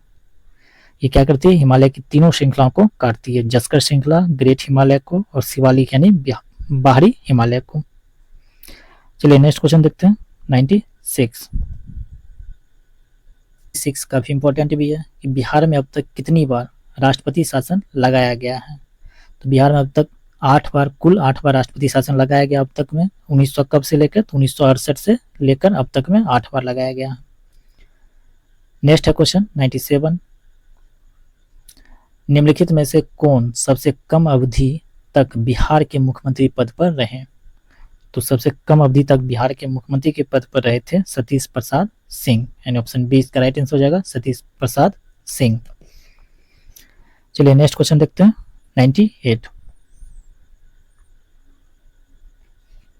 क्वेश्चन नंबर 98 है, दरभंगा में किला और जमा मस्जिद का निर्माण कराने वाला सुल्तान कौन था? तो दरभंगा में किला और जमा मस्जिद का निर्माण कराने वाला जो सुल्तान था वो था मोहम्मद बिन तुगलक। यानी ऑप्शन सी इसका राइट आंसर हो जाएगा, मोहम्मद बिन तुगलक। और ये शासन कब से कब तक किया था? 1325 से 1351 तक। 1325 से 51 तक। नेक्स्ट है क्वेश्चन नंबर 99, शिशुनाग ने किसे पराजित कर शिशुनाग वंश की स्थापना की थी? तो शिशुनाग ने किसे पराजित किया था? तो शिशुनाग ने पराजित किया था नाग दशक को। यानी ऑप्शन सी इसका राइट आंसर हो जाएगा, नाग दशक। Question number 100। क्वेश्चन नंबर 100 है, मगध की राजधानी वैशाली से पाटलिपुत्र किसने स्थानांतरित किया? तो मगध की राजधानी वैशाली से पाटलिपुत्र स्थानांतरित किया था कलाशोक ने। किसने? तो कलाशोक ने। ऑप्शन ए इसका राइट आंसर हो जाएगा, कलाशोक। नेक्स्ट है क्वेश्चन नंबर 101। 101, अजातशत्रु ने किस राज्य के साथ युद्ध में पहली बार महाशिलाकंटक और रथ मूसल जैसे नए हथियारों का इस्तेमाल किया था? किसने किया था? तो अजातशत्रु ने। तो इसका राइट आंसर हो जाएगा बज्जी। किसके विरुद्ध युद्ध था? तो बज्जी के विरुद्ध। क्वेश्चन नंबर 102, ईरानी यात्री अब्दुल लतीफ किस मुगल शासक के शासनकाल में बिहार आया था? किसके शासनकाल में आया था? तो ये आया था जहांगीर के शासनकाल में। यानी ऑप्शन ए जो इसका राइट आंसर हो जाएगा, जहांगीर। नेक्स्ट है क्वेश्चन नंबर 103। क्वेश्चन नंबर 103 है, बिहार प्रांतीय किसान सभा की स्थापना किसके द्वारा की गई थी। ये PYQ का क्वेश्चन भी है कि बिहार में प्रांतीय किसान सभा की स्थापना किसके द्वारा की गई थी। तो इसका जो स्थापना स्वामी सजानंद सरस्वती के द्वारा, यानी ऑप्शन ए इसका राइट आंसर हो जाएगा, स्वामी सजानंद सरस्वती। नेक्स्ट है क्वेश्चन नंबर 104। बिहार में आपदा प्रबंधन के लिए सेंडाई फ्रेमवर्क कब लागू किया गया। तो बिहार में आपदा प्रबंधन के लिए सेंडाई फ्रेमवर्क जो है ये लागू किया गया था 2015 में, यानी ऑप्शन बी इसका राइट आंसर हो जाएगा 2015। नेक्स्ट है क्वेश्चन 105। बिहार का कौन सा जिला जूट उत्पादन में अग्रणी है। तो कौन सा जिला जहां जूट उत्पादन सबसे अधिक होता है, तो इसका राइट आंसर हो जाएगा पूर्णिया जिला, यानी ऑप्शन सी इसका राइट आंसर हो जाएगा पूर्णिया। चलिए नेक्स्ट क्वेश्चन देखते हैं 106। निम्नलिखित में से कौन सा जल कुंड मुंगेर में स्थित है। तो मुंगेर में स्थित है सीता कुंड, रामेश्वर कुंड और ऋषि कुंड, यानी ऑप्शन डी इसका राइट आंसर हो जाएगा, उपयुक्त में से एक से अधिक। नेक्स्ट है क्वेश्चन 107 और ये जनगणना से प्रश्न है, तो काफी इंपॉर्टेंट भी है। जनगणना 2011 के अनुसार बिहार के किस जिले में महिला साक्षरता दर सबसे कम है। तो किस जिले में महिला साक्षरता दर सबसे कम है, तो इसका राइट आंसर हो जाएगा सहरसा। 2011 की जनगणना के अनुसार सहरसा जिला में महिला साक्षरता दर कितना है, तो 41.68%। ठीक है, सबसे कम है। Question number 108। निम्नलिखित में से कौन राज्य मंत्रिपरिषदों की बैठकों की अध्यक्षता करता है। तो किसके द्वारा किया जाता है, तो मुख्यमंत्री के द्वारा किया जाता है, यानी ऑप्शन बी इसका राइट आंसर हो जाएगा मुख्यमंत्री। नेक्स्ट है क्वेश्चन 109। जिला परिषद अध्यक्ष अपना इस्तीफा किसे सौंपता है। तो जिला परिषद अध्यक्ष जो है अपना इस्तीफा सौंपता है जिला मजिस्ट्रेट को, यानी ऑप्शन ए इसका राइट आंसर हो जाएगा जिला मजिस्ट्रेट। Question number 110। भारत सरकार द्वारा हाल ही में लॉन्च किया गया जूविन प्लेटफॉर्म निम्नलिखित में से संबंधित है। तो ये किससे संबंधित है, तो ये जो संबंधित है ये संबंधित option number B anti rabies और एंटी स्नेक वेनम जैसे किसके द्वारा, तो एंटी रेबीज और एंटी स्नेक वेनम जैसे जूनोटिक टीकों की रियल टाइम ट्रैकिंग के लिए, इन ऑप्शन बी इसका राइट आंसर हो जाएगा। Question number 111।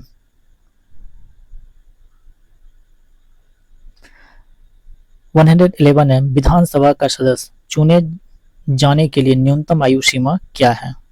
तो इसकी जो न्यूनतम आयु सीमा है वो है 25 वर्ष, यानी ऑप्शन सी इसका राइट आंसर हो जाएगा 25 वर्ष। Question number 112। भारत में ह्यूमन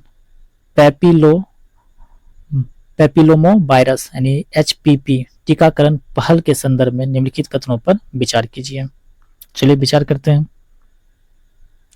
पहला है कि इसका उद्देश्य 9 से 14 वर्ष की आयु की लड़कियों को गर्भाशय ग्रीवा के कैंसर से बचाने के लिए टीका लगाना है। तो ये जो है बिल्कुल सही कथन है। दूसरा है इसे महिला एवं बाल विकास मंत्रालय के तहत शुरू किया गया, ये कथन बिल्कुल गलत है। इसको ये जो पहल है स्वास्थ्य एवं परिवार कल्याण मंत्रालय द्वारा जारी किया गया है। तीसरा है कि भारत में महिलाओं में गर्भाशय ग्रीवा का कैंसर सबसे आम कैंसर में से एक है। तो ये जो कथन ये भी सही है, यानी 1 और 3 दोनों कथन सही है। तो जिसमें आंसर ऑप्शन दिया हुआ है वो इसका राइट आंसर हो जाएगा ऑप्शन नंबर ए। नेक्स्ट है क्वेश्चन 113। 2025 में भारत के परमाणु ऊर्जा क्षेत्र में प्रस्तावित संशोधनों के संदर्भ में सत्य कथन का चयन करें। तो चलिए सत्य कथन का चयन करते हैं। कौन कौन सा जो कथन है सत्य है। तो पहला है कि इन संशोधनों का उद्देश्य परमाणु ऊर्जा उत्पादन में 100% प्रत्यक्ष विदेशी निवेश यानी FDI की अनुमति देना है। ये कथन बिल्कुल गलत है। दूसरा कथन है कि निजी और विदेशी निवेश को प्रोत्साहित करने के लिए परमाणु क्षति के लिए नागरिक दायित्व अधिनियम 2010 में संशोधन किया जा रहा है। ये कथन बिल्कुल सही है। तीसरा है कि परमाणु ऊर्जा अधिनियम 1962 वर्तमान में परमाणु ऊर्जा में निजी क्षेत्र की भागीदारी को प्रतिबंधित करता है। ये कथन भी बिल्कुल सही है, यानी कथन 2 और 3 सही है। तो ऑप्शन इसका हो जाएगा ऑप्शन नंबर बी। चलिए नेक्स्ट क्वेश्चन देखते हैं। Question number 114। 114 है, वित्तीय वर्ष 2022-23 के लिए पंचायत उन्नति सूचकांक PAI के संदर्भ में निम्नलिखित कथनों पर विचार कीजिए। तो पहला कथन है कि यह सूचकांक पंचायती राज मंत्रालय द्वारा प्रकाशित किया गया था। तो ये जो कथन है बिल्कुल सही कथन है। दूसरा है कि गुजरात सर्वश्रेष्ठ श्रेणी वाले राज्यों में प्रथम स्थान पर रहा। तो ये भी कथन सही है। कथन तीसरा है कि केवल 2 ग्राम पंचायतें A+ श्रेणी में शामिल थी। तो ये जो है कथन गलत है। ठीक है, तो इसका राइट आंसर हो जाएगा 1 और 2 दोनों, यानी option A. Question number 115, NITI Aayog द्वारा जारी राजकोषीय स्वास्थ्य सूचकांक 2025 के संदर्भ में निम्नलिखित कथनों पर विचार कीजिए। तो चलिए विचार करते हैं। पहला कथन है कि उड़ीसा ने सूचकांक में शीर्ष स्थान हासिल किया है। तो ये कथन जो है सही है। दूसरा है कि बिहार शीर्ष 5 प्रदर्शन करने वाले राज्यों में शामिल रहा। क्या है? शीर्ष 5 प्रदर्शन करने वाले राज्यों के में शामिल रहा। ये कथन गलत है। ठीक है। तीसरा है कि यह सूचकांक राजकोषीय घाटे, ऋण स्तर और राजस्व प्रदर्शन के आधार पर राज्यों का आकलन करता है। तो ये कथन बिल्कुल सही है। तो इसका राइट आंसर हो जाएगा ऑप्शन नंबर सी। क्या हो जाएगा? ऑप्शन नंबर सी इसका राइट आंसर हो जाएगा। चलिए नेक्स्ट क्वेश्चन देख लेते हैं। क्वेश्चन नंबर 116, हाल ही में यूनेस्को के विश्व स्मृति रजिस्टर में किन 2 प्राचीन भारतीय ग्रंथों को शामिल किया गया? काफी इंपॉर्टेंट क्वेश्चन भी है करंट अफेयर का। तो किसे शामिल किया गया? तो भगवत गीता और नाट्य शास्त्र को, यानी ऑप्शन सी इसका राइट आंसर हो जाएगा, भगवत गीता और नाट्य शास्त्र। नेक्स्ट क्वेश्चन देखते हैं। क्वेश्चन नंबर 117, युगे युगीन भारत राष्ट्रीय संग्रहालय के संदर्भ में निम्नलिखित कथनों पर विचार कीजिए। तो चलिए विचार करते हैं। इसे सेंट्रल विस्टा पूर्ण विकास परियोजना के भाग के रूप में विकसित किया जा रहा है। तो कथन जो है बिल्कुल सही है। यह नई दिल्ली के ऐतिहासिक उत्तर और दक्षिण ब्लॉक में स्थित होगा। तो ये भी कथन सही है। संग्रहालय का विकास राष्ट्रीय संग्रहालय के तकनीकी सहयोग से किया जा रहा है। तो ये जो कथन है ये कथन बिल्कुल गलत है, यानी 1 और 2 दोनों होगा, यानी ऑप्शन ए इसका राइट आंसर हो जाएगा, केवल 1 और 2। नेक्स्ट है क्वेश्चन नंबर 118, अध्यक्ष ओम बिरला की घोषणा के अनुसार निम्नलिखित में से किस भाषा को हाल ही में संसदीय अनुवाद सेवाओं में जोड़ा गया है? तो किन किन भाषाओं को जोड़ा गया? तो इसमें जोड़ा गया बोडो को, उसके बाद डोंगरी को, फिर मैथिली को और लास्ट में उर्दू को, यानी 1, 2, 4 और 5। इन ऑप्शन बी में 1, 2, 4 और 5 ऑप्शन बी इसका राइट आंसर हो जाएगा। चलिए नेक्स्ट क्वेश्चन देखते हैं। क्वेश्चन नंबर 119, भारत का पहला चिड़ियाघर आधारित बायो बैंक जो जुलाई 2024 से चालू होगा, निम्नलिखित में से किस स्थान पर स्थापित किया गया है? तो किस स्थान पर स्थापित किया गया है? तो ये किया गया है पश्चिम बंगाल में, यानी पद्मजा नायडू हिमालयन प्राणी उद्यान पश्चिम बंगाल, यानी ऑप्शन बी जो इसका राइट आंसर हो जाएगा। ठीक है। नेक्स्ट क्वेश्चन देखते हैं। 120 है, हाल ही में अंतर संसदीय संघ IPU की 150वीं सभा निम्नलिखित में से किस देश में आयोजित हुई है? तो किस देश में आयोजित किया गया? तो ये किया गया उज्बेकिस्तान में, इन ऑप्शन सी इसका राइट आंसर हो जाएगा उज्बेकिस्तान। और आप लोग के लिए प्रश्न क्या है? तो इसकी राजधानी कहाँ है? तो आप लोग कमेंट बॉक्स में जरूर बताइएगा कैपिटल इसका। ठीक है, कमेंट बॉक्स में। नेक्स्ट क्वेश्चन है 121, हाल ही में यूनेस्को ने अपने ग्लोबल जियो पार्क नेटवर्क में 16 नए स्थल जोड़े हैं। इसके साथ ही 2025 तक दुनिया भर में ग्लोबल जियो पार्क की कुल संख्या कितनी हो जाएगी? तो ग्लोबल जियो पार्क की कुल संख्या जो है ये टोटल जो है 229 हो जाएगी, यानी ऑप्शन सी इसका राइट आंसर हो जाएगा 229। क्वेश्चन नंबर 122, कौन सा देश दुनिया का पहला देश बन गया जिसने सभी नई पंजीकृत यात्री कारों के लिए 100% यानी 100% इलेक्ट्रिक वाहन अपनाए हैं? तो कौन सा देश है? तो यह है नॉर्वे। ठीक है, नॉर्वे दुनिया का पहला देश बन गया है। ठीक है, नेक्स्ट क्वेश्चन देख लेते हैं। क्वेश्चन नंबर 123, थोड़ा सा इसे छोटा कर लेते हैं। ताकि आप लोग को दिख जाए क्वेश्चन। क्वेश्चन 123 है कि पूरी तरह से आर्टिफिशियल इंटेलिजेंस एआई का उपयोग करके बनाई गई दुनिया की पहली फीचर फिल्म के बारे में निम्नलिखित में से कौन सा कथन सही है। तो चलिए देखते हैं कौन सा कथन जो है सही है इसमें। पहला है कि इसका शीर्षक द विजार्ड ऑफ ओज है और इसे माइक्रोसॉफ्ट द्वारा निर्मित किया गया है, तो ये जो कथन है बिल्कुल गलत है। दूसरा है कि यह नेटफ्लिक्स की पहली एआई जनरेटेड फिल्म है, तो ये भी कथन गलत है। तीसरा है कि इसका शीर्षक द विजार्ड ऑफ ओज है और इसे गूगल और मेगापोस्ट स्टूडियो द्वारा निर्मित किया गया है, तो ये कथन बिल्कुल सही है। यानी ऑप्शन सी ही इसका क्या हो जाएगा, राइट आंसर हो जाएगा। ऑप्शन डी इसका गलत कथन दिया हुआ है कि पिक्चर द्वारा पारंपरिक तकनीकों का उपयोग करके विकसित एवं एनिमेटेड फिल्म है, तो एनिमेटेड फिल्म नहीं है। यानी ऑप्शन डी इसका राइट आंसर, ऑप्शन डी इसका गलत दिया है, तो ऑप्शन सी इसका राइट आंसर हो जाएगा। नेक्स्ट क्वेश्चन देख लेते हैं 124। क्वेश्चन 124 है, हाल ही में फिल्म पीस में निम्नलिखित में से किस ज्वालामुखी के फटने से निकासी अलर्ट और उड़ानों में व्यवधान उत्पन्न हुए हैं। कौन सा ज्वालामुखी फटा है, तो ज्वालामुखी का नाम है माउंट कनलाओन। इन ऑप्शन सी इसका राइट आंसर हो जाएगा माउंट कनलाओन। क्वेश्चन 125, निम्नलिखित में से कौन सा कथन 2025 में यूरोपीय अंतरिक्ष एजेंसी द्वारा प्रक्षेपित बायोमास मिशन का सही वर्णन करता है। तो चलिए देखते हैं कौन सा है जो वर्णन सही कर रहा है। कथन एक में दिया हुआ है कि यह कथन पृथ्वी अवलोकन उपग्रह है, क्या है, या एक पृथ्वी अवलोकन उपग्रह है जिसका उद्देश्य दृश्य प्रकाश संवेदकों का उपयोग करके समुद्री धाराओं की निगरानी करना है। तो यह जो कथन है ये कथन बिल्कुल गलत कथन है।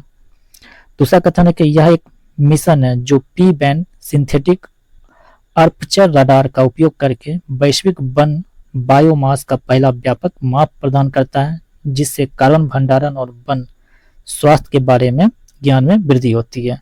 तो ये जो कथन है बिल्कुल सही कथन है। फिर भी नेक्स्ट देख लेते हैं कथन नंबर सी, यह मिशन मुख्य रूप से अंतरिक्ष से भूकंप मापी का उपयोग करके भूकंप और ज्वालामुखी गतिविधियों का मानचित्रण करने पर केंद्रित है, तो ऐसा नहीं है, ठीक है, कथन गलत है।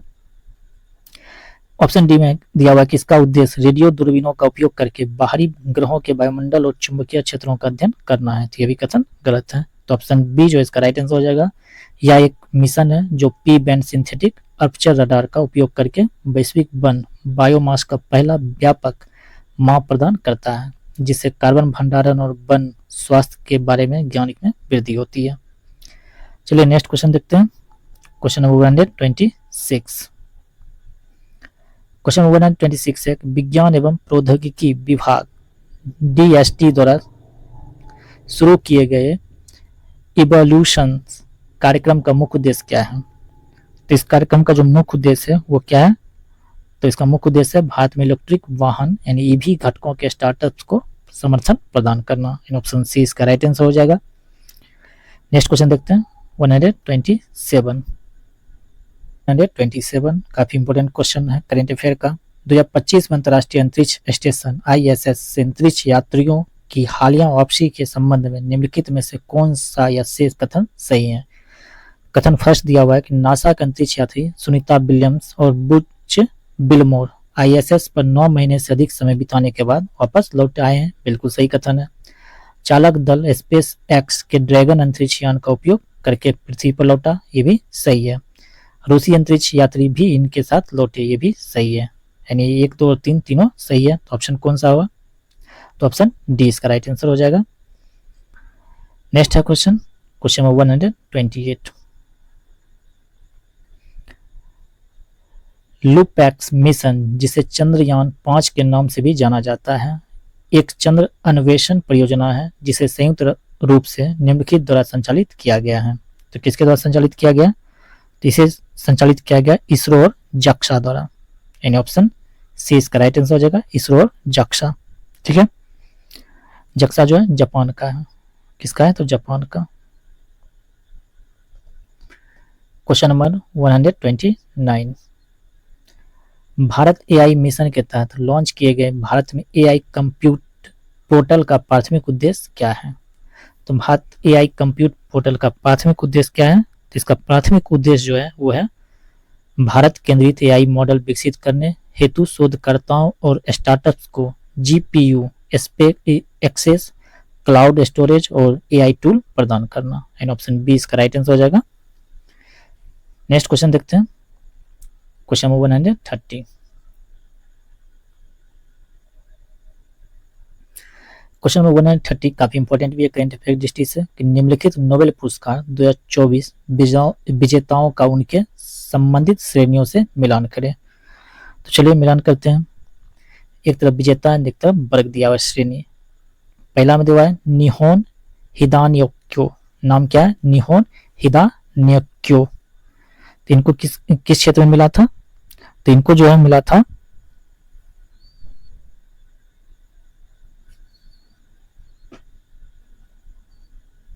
शांति के क्षेत्र में, ठीक है। दूसरा है हांगकांग, तो हांगकांग को मिला था साहित्य के क्षेत्र में। जॉन जंपर को मिला था रसायन विज्ञान के क्षेत्र में, ठीक है। और डारोन एस मोगलू, इसको मिला था अर्थशास्त्र के क्षेत्र में। तो इसका राइट आंसर हो जाएगा ऑप्शन नंबर ए का 2, बी का 1, सी का 3 और डी का 4।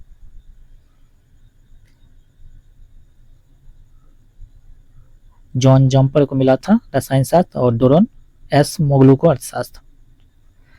नेक्स्ट क्वेश्चन देखते हैं 131। क्वेश्चन 131 है आईसीसी पुरस्कार 2024 के संबंध में निम्नलिखित कथनों पर विचार करें। तो चलिए देखते हैं, इसको थोड़ा सा जूम करते हैं। कथन फर्स्ट दिया हुआ है कि जसप्रीत बुमराह ने आईसीसी पुरुष cricket of the year, sir Garfield Sobers trophy और आईसीसी पुरुष test cricketer of the year दोनों पुरस्कार जीते हैं। तो ये जो कथन है सही कथन है, ठीक है। दूसरा कथन है स्मृति मंधना को आईसीसी महिला T20 cricketer of the year घोषित किया गया है। तो ये गलत कथन जो है गलत है। तो ICC T20 cricketer of the year जो मेली केयर को, यानी न्यूजीलैंड की खिलाड़ी है मेली केयर, उसे नियुक्त किया गया है, यानी उसे घोषित किया गया। थर्ड कथन है न्यूजीलैंड की अलमेलिया केयर ने आईसीसी महिला क्रिकेट ऑफ द ईयर और आईसीसी महिला T20 cricketer of the year का पुरस्कार जीता है। तो ये कथन है बिल्कुल सही है। और नेक्स्ट कथन है कथन 4 कि इंग्लैंड के रिचर्ड इलिंगवर्थ को ICC umpire of the year का पुरस्कार मिला है। तो ये कथन बिल्कुल सही है। तो राइट आंसर क्या हो जाएगा? तो हमारा राइट आंसर हो जाएगा ऑप्शन नंबर ए 1, 3 और 4। नेक्स्ट क्वेश्चन देखते हैं 32 निम्नलिखित में से कौन सा या से कथन सही है? तो चलिए देखते हैं कौन सा कथन सही है। कथन फर्स्ट है मिस वर्ल्ड 2025 हैदराबाद भारत में आयोजित किया गया था, बिल्कुल सही है। दूसरा कथन है थाईलैंड की ओपल सुजाता चुवांगसरी ने मिस वर्ल्ड 2025 का खिताब जीता, यह भी कथन सही है। तीसरा है कि डेनमार्क की विक्टोरिया केजर ने मैक्सिको में आयोजित मिस यूनिवर्स 2024 जीता, तो ये भी कथन सही है। तीसरा है कि नंदिनी गुप्ता ने मिस यूनिवर्स 2024 में भारत का प्रतिनिधित्व किया, तो ये कथन गलत है। मिस यूनिवर्स में नहीं बल्कि मिस इंडिया में, ठीक है। तो चलिए देखते हैं इसका सही आंसर ऑप्शन नंबर 1, 2 और 3, यानी कथन 1, 2 और 3 तीनों सही है। तो इसका राइट आंसर हो जाएगा ऑप्शन नंबर ए। नेक्स्ट है question 133 UNEP champions of the earth awards 2024 के संबंध में निम्नलिखित कथनों पर विचार करें। तो चलिए कथन पे विचार करते हैं। कथन फर्स्ट दिया हुआ है कि भारतीय पर्यावरणविद माधव गाडगिल को UNEP से अर्थ लाइफ टाइम अचीवमेंट अवार्ड मिला, तो ये जो कथन है सही कथन है। दूसरा है कि UNEP champions of the earth award को संयुक्त राष्ट्र का सर्वोच्च पर्यावरण सम्मान माना जाता है, तो ये भी कथन सही है। यानी ऑप्शन सी इसका राइट आंसर हो जाएगा, 1 और 2 दोनों। नेक्स्ट क्वेश्चन है 134 भारतीय नौसेना ने हाल ही में अदन की खाड़ी में निम्नलिखित में से किस देश की रॉयल नौसेना के साथ पैसेक्स अभ्यास किया है? किसके साथ किया है? तो न्यूजीलैंड के साथ किया, एंड ऑप्शन सी इसका राइट आंसर हो जाएगा। काफी इंपॉर्टेंट करंट अफेयर का प्रश्न भी है। चलिए नेक्स्ट क्वेश्चन देखते हैं 135 राष्ट्रीय खेल पुरस्कार 2024 के संबंध में निम्नलिखित कथनों पर विचार कीजिए। तो कथन फर्स्ट है, डी गुकेश शतरंज में अपनी उपलब्धियों के लिए मेजर ध्यानचंद खेल रत्न पुरस्कार प्राप्त करने वाले में से एक थे। तो बिल्कुल सही कथन है। कथन 2 है, 2024 में कुल 32 खिलाड़ियों को अर्जुन पुरस्कार प्रदान किया गया, जिनमें शारीरिक रूप से सक्षम और पैरा खेल दोनों श्रेणियों के एथलीट शामिल थे। ये भी कथन सही है। हरमनप्रीत कौर को महिला हॉकी में उनके प्रदर्शन के लिए खेल रत्न पुरस्कार मिला, ये कथन गलत है। हरमनप्रीत को किस में मिला था? तो ये मिला था क्रिकेट के जगत में। ठीक है, यानी ऑप्शन एक और कथन 1 और 2 दोनों सही है, तो ऑप्शन ए इसका राइट आंसर हो जाएगा। क्वेश्चन नंबर 136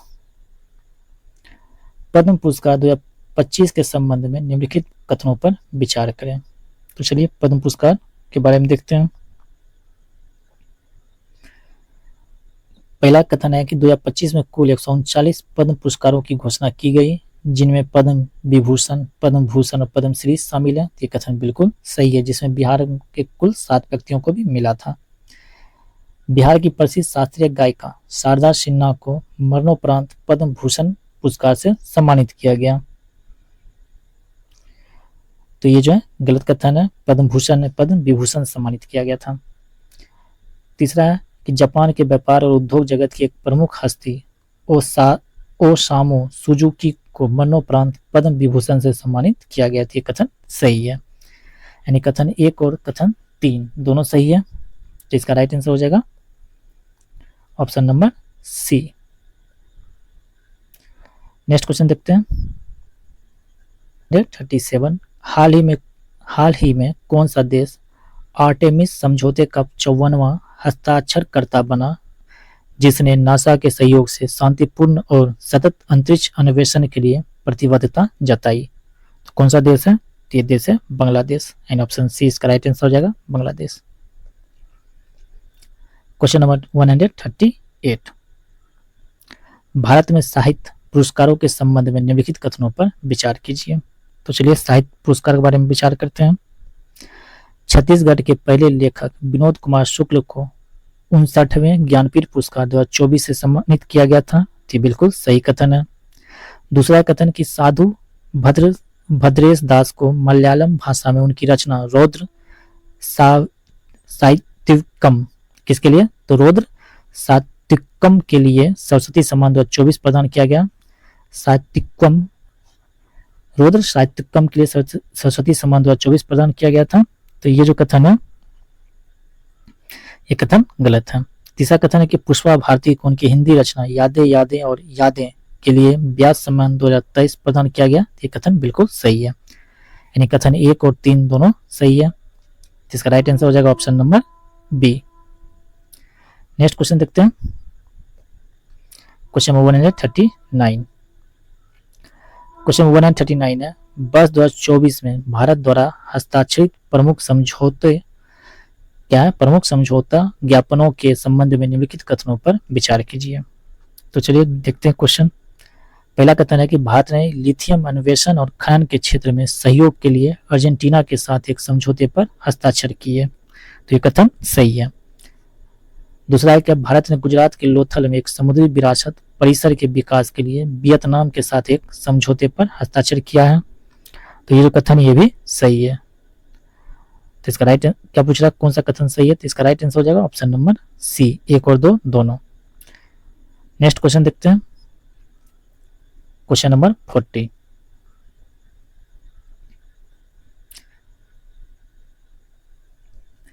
क्वेश्चन नंबर 40 है कि निम्नलिखित चक्रवातों यानी टाइफूनों को 2024-25 का उनके संबंधित प्रभावित क्षेत्रों से मिलान करें। तो चलिए मिलान करते हैं। इससे पहले थोड़ा सा इसे जूम कर लेते हैं। टाइफून दिया हुआ है और एक तरफ प्रभावित क्षेत्र दिया हुआ है। तो चक्रवात शक्ति, तो बंगाल की खाड़ी, भारत का पूर्वी तट, दूसरा है चक्रवात दाना, तो चक्रवात दाना जो उड़ीसा और पश्चिम बंगाल। उसके बाद तीसरा है टाइफून यागी, टाइफून यागी जो है म्यांमार, लाओस और वियतनाम, ठीक है। उसके बाद जो है दिया हुआ है टाइफून कैथ्रॉन, तो टाइफून कैथ्रॉन जो है यह आया था ताइवान और फिलीपींस में, ठीक है। तो इसका राइट आंसर हो जाएगा option number A. Option A का 2, बी का 1, सी का 3, डी का 4। चलिए नेक्स्ट क्वेश्चन देखते हैं, क्वेश्चन नंबर 141। देखिए क्वेश्चन नंबर 141 से लेकर 150 तक मैथ का प्रश्न है। तो मैथ का प्रश्न को हम आपको पीडीएफ भेज देंगे, उससे आप सॉल्व कर लीजिएगा, ठीक है। तो चलिए आई होप आपको वीडियो पसंद आया। वीडियो पसंद आया तो वीडियो को एक लाइक जरूर करें, चैनल पर नए तो चैनल को सब्सक्राइब कर लें, बेल आइकन दबा लें ताकि सबसे पहले वीडियो का नोटिफिकेशन आप तक मिलता रहे। इस वीडियो के नीचे आपको टेलीग्राम का लिंक मिल जाएगा और इसी वीडियो के नीचे आपको एडुटेरिया 71 बीपीएससी प्रैक्टिस सेट का जो प्लेलिस्ट है उसका लिंक मिल जाएगा और पीडीएफ हमारे टेलीग्राम चैनल पर मिल जाएगा। तो आप उससे पीडीएफ प्राप्त कर सकते हैं और लिंक के माध्यम से वीडियो को देख सकते हैं।